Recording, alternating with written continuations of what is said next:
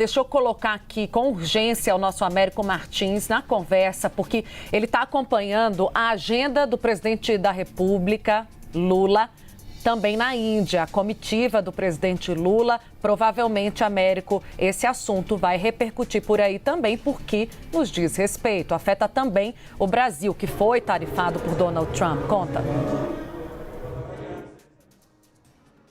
Exatamente, Tainá. Boa tarde para você, para a Priscila, para todo mundo que está nos acompanhando. Eu já estou aqui, inclusive, tentando conversar com pessoas da delegação brasileira para entender como isso repercute exatamente para o Brasil. Vai ser uma excelente notícia para o governo brasileiro e acontece às vésperas daquela viagem que o presidente Lula pretende fazer à Casa Branca para encontrar com o presidente Donald Trump. Esse era o primeiro ponto da agenda, que era a questão de discutir as tarifas de 50% que continuam sobre produtos brasileiros. E agora tivemos essa decisão importantíssima da Suprema Corte, como a Priscila muito bem colocou, provavelmente, e eu diria que certamente, a maior derrota do presidente Donald Trump na justiça americana, a maior derrota política dele desde o início desse segundo mandato dele na Casa Branca. Ele apostava muito nessa questão das tarifas e não contava com uma derrota justamente na Suprema Corte, que tem uma maioria tão grande de juízes mais conservadores, mais alinhados com o pensamento da Casa Branca. Isso muda muito a política do presidente Donald Trump com relação à economia, o uso indiscriminado dessas tarifas, mesmo que ele ainda tenha alguma possibilidade de recorrer tecnicamente dessa decisão. É uma derrota também vai influenciar muito o Brasil e vai ter uma repercussão muito grande aqui em Nova Delhi. Por isso eu estou tentando falar com os membros da delegação. Muitos dos ministros que estão aqui cuidam de áreas relacionadas às exportações, inclusive para os Estados Unidos, que foram afetadas por essas tarifas. E como eu disse, isso também vai influenciar a visita do presidente Lula à Casa Branca, o encontro com o presidente Donald Trump. E especialmente porque tira do caminho um ponto que era um ponto importante ali nessas negociações.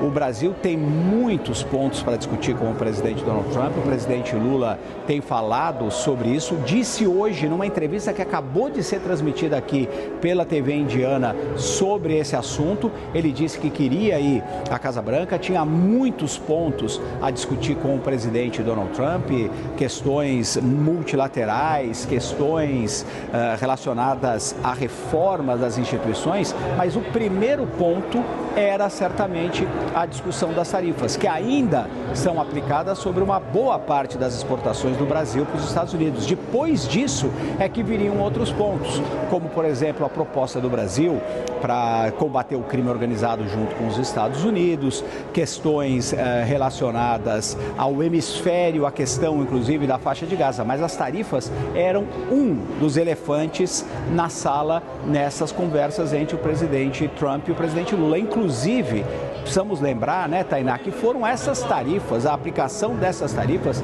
que acabou, de uma forma curiosa, a levar a essa aproximação entre o presidente Trump e o presidente Lula, porque foi na esteira de começar a discutir essas tarifas, os impactos no Brasil, que o presidente Lula começou a mandar vários recados para a Casa Branca, através de vários canais diferentes, para tentar abrir espaço e conversar com o presidente Donald Trump. E conseguiu ter pelo menos 2 conversas telefônicas, se encontrou lá na ONU, depois teve uma reunião na Malásia para discutir o quê? Discutir as tarifas. Lá na Malásia eles chegaram à conclusão que era importante criar um grupo de ministros para cuidar desse assunto, criaram esse grupo e teve muito pouco avanço. Os Estados Unidos não estavam liberando fácil essa questão das tarifas. Então, essa decisão da Suprema Corte é uma grande derrota para o presidente Donald Trump.